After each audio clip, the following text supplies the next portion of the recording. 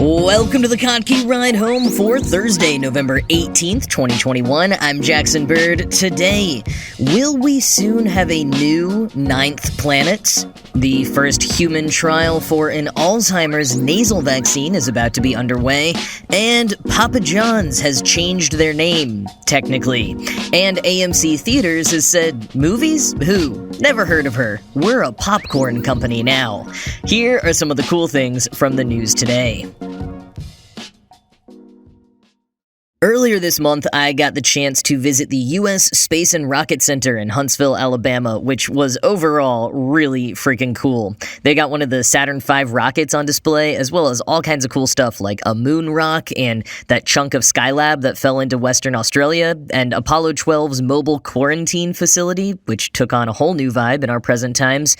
But before you even get inside, they've got these plaques for each of the planets in our solar system, starting with Mercury right at the front doors, and then proceeding proportionately for how far away the planets are from each other, such that Venus and Earth's plaques are down the main walkway, and then Saturn is off in the middle of the parking lot, and the others were so far away that we couldn't even see them from the front entrance.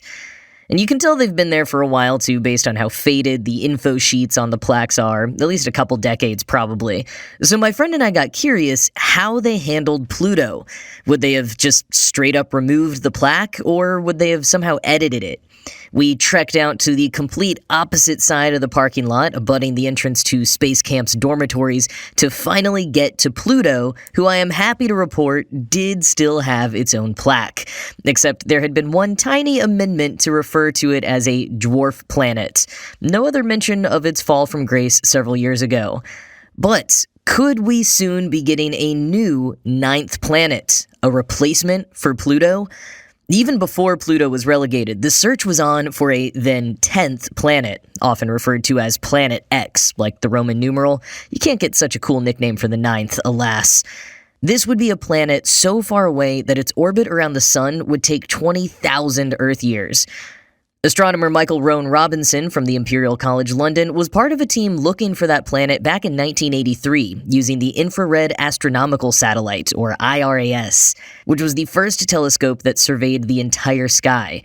They didn't find anything then, and over the years, Rowan Robinson became fairly convinced this 10th planet didn't exist at all.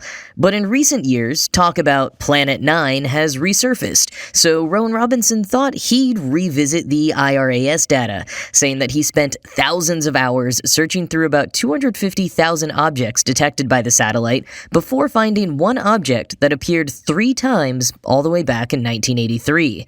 And though he's gone public with his findings in a preprint that has been accepted for publication by the monthly notices of the Royal Astronomical Society, he's hardly convinced himself that it's actually a planet. He wrote in the paper, quote, "Given the poor quality of the IRAS detections at the very limit of the survey, and in a very difficult part of the sky for infrared detections, the probability of the candidate being real is not overwhelming." End quote. Inverse explains that filamentary clouds glow in infrared wavelengths, so Rowan Robinson has explained his finding could just be a result of noise from that glow. The bigger takeaway he wants people to understand is that this is probably the region of the sky in which we should be looking. But were it to be real, he tells Inverse, it would be a real planet, more real than Pluto, that is. See, Rowan Robinson was actually at the meeting of the International Astronomical Union in 2006 that debated whether or not Pluto should remain a planet, and explains how, if we had accepted Pluto as a planet, that would have meant admitting 20 to 30 more planets into our solar system, which he cops would have been fun. But with the new criteria that kicked out Pluto and those 20 or 30 others, this potential Planet 9 would still make the cut as a full-fledged planet. As Science Alert points out, extrapolating from the data Rowan Robinson shared, this particular planet would be between 3 and 5 times the mass of Earth. But let's back up a little to how the search for this 9th or 10th planet started. Quoting Gizmodo, Planet 9, formerly Planet X, has long been considered a possibility. The discovery of Neptune in 1846 came after astronomers found Uranus's orbit was slightly different than math predicted. They realized that something was perturbing Uranus gravitationally. That object turned out to be an 8th planet. Observations of Neptune then led astronomers to believe there may be yet another planet out there messing with the newly discovered world's orbit. Pluto was found in 1930 by looking at objects on photographic plates, but it couldn't account for the movement of Neptune. Scientists who search for Planet 9 estimate that its mass is several times bigger than Earth's, with an orbit lasting thousands of years. Of course, Planet 9 is just one answer to the quandary of why some objects' orbits are wonky. One alternative theory is that instead of Planet 9, it's actually a ring of debris.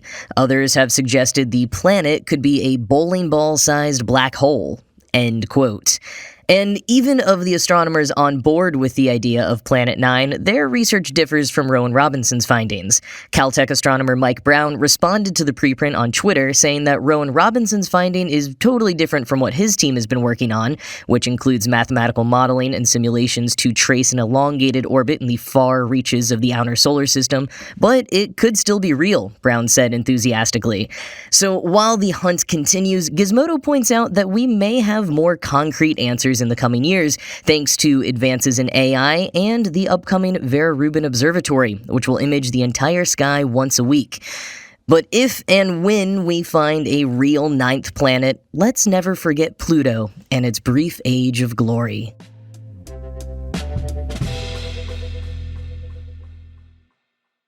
The good vaccine news just keeps on coming. It was just announced on Tuesday that the first human trial of a nasal vaccine for Alzheimer's will begin at the Brigham and Women's Hospital in Boston next month.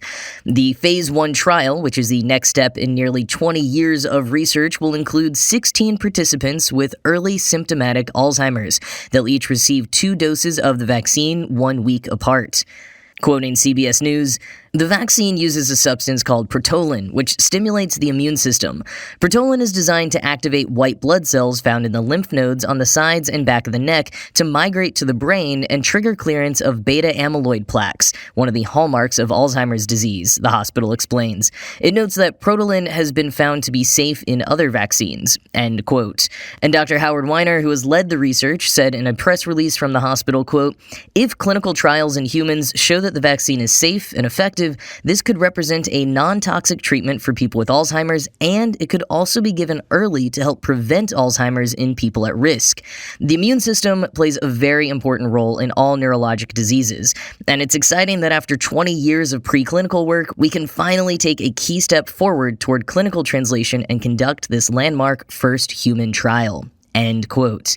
And while this is very exciting news, the estimated 6 million Americans living with Alzheimer's and their families are likely holding their breath. There have been so many experimental treatments over the years that haven't worked out, and when the first new drug in 20 years was approved over the summer, a monoclonal antibody, many independent advisors spoke up against it, saying it was not as effective as it claimed to be and had serious side effects. The healthcare provider that the Brigham and Women's Hospital belongs to has opted against offering the drug. The Boston Globe also notes that experts disagree on whether beta amyloid plaques are connected to the cognitive decline of Alzheimer's patients at all. Still, if this first step of Phase 1 goes well, the vaccine will enter more trials with larger samples of participants to determine efficacy and safety. As Weiner said, quote, "Many of the other drugs work by giving an antibody. They infuse it into the bloodstream to go into the brain. This vaccine is exciting because it uses the body's own immune system to fight the disease." End quote. Cautious optimism, I think, would be the appropriate response here. Fingers crossed.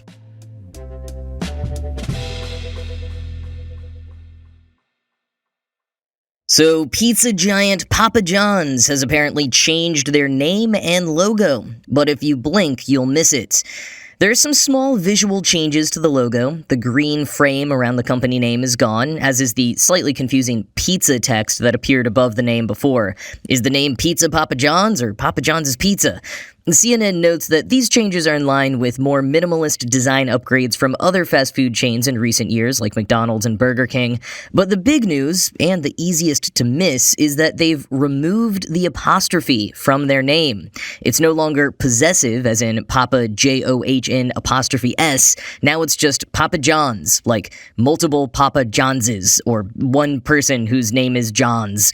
While the company's chief commercial officer, Mac Wetzel, denied that the change was in order to distance themselves from the disgraced and increasingly unhinged founder, John Schnattner, everyone seems to be making that assumption.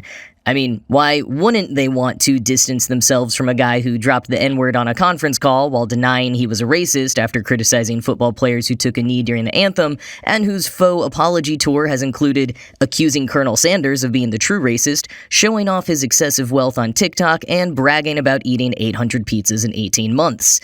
No one would blame the company for wanting a little distance. As the takeout notes, the company is keeping their slogan, better ingredients, better pizza, but, quote, a better slogan would be, John doesn't work here anymore, end quote.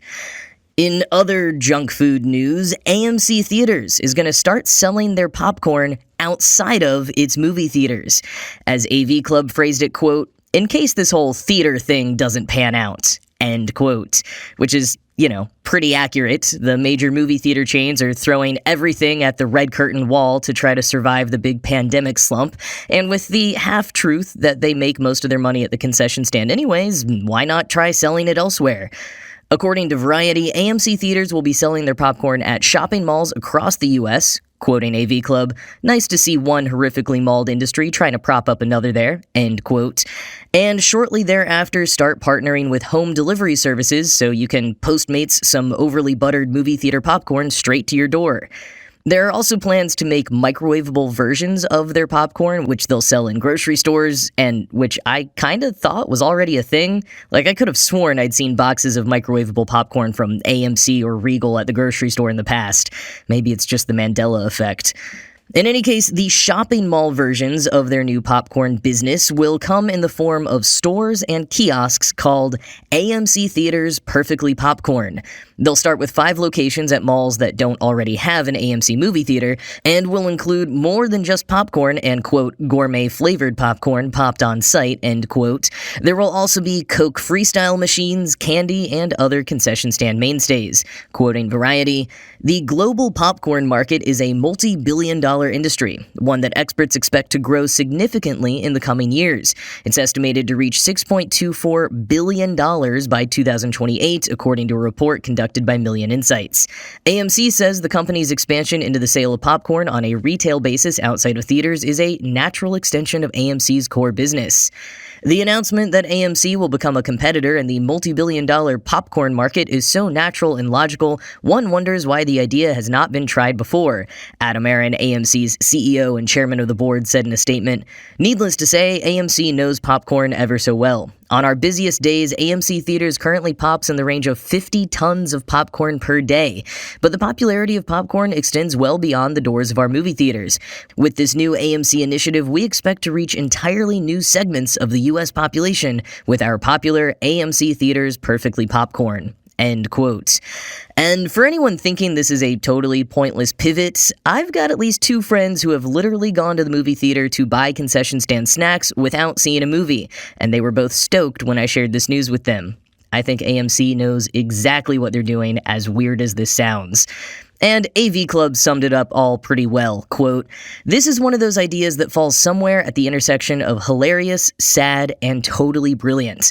Certainly, there were times over the last few years where we were about to start streaming some film that should by all rights have been in theaters, and the craving for that slightly stale, totally decadent, bright yellow industrial popcorn started seeping deep into our bones. At the same time, there's something very funny about the world's biggest movie chain looking around at the burning wreckage of its once great empire, shrugging its shoulders, and starting the popcorn machine popping. So it goes." End quote.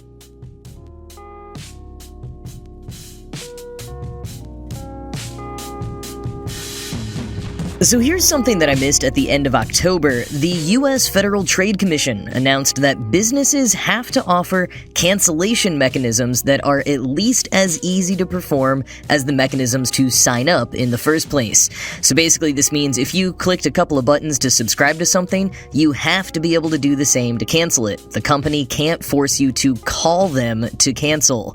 This has actually been the case in California for nearly 3 years, but now the FTC will be enforcing it nationwide. Neiman Lab points out that news outlets tend to be the worst offenders here, and even the New York Times dragged its feet on implementing click-to-cancel options after the FTC's announcement.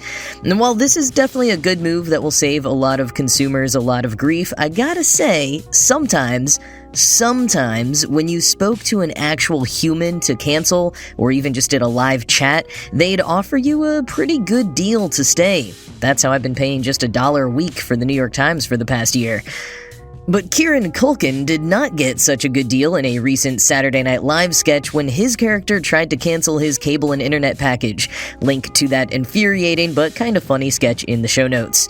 But that is it from me for today. As always, this show was produced by Ride Home Media and Kottke.org. I am Jackson Bird, and I'll talk to you again tomorrow.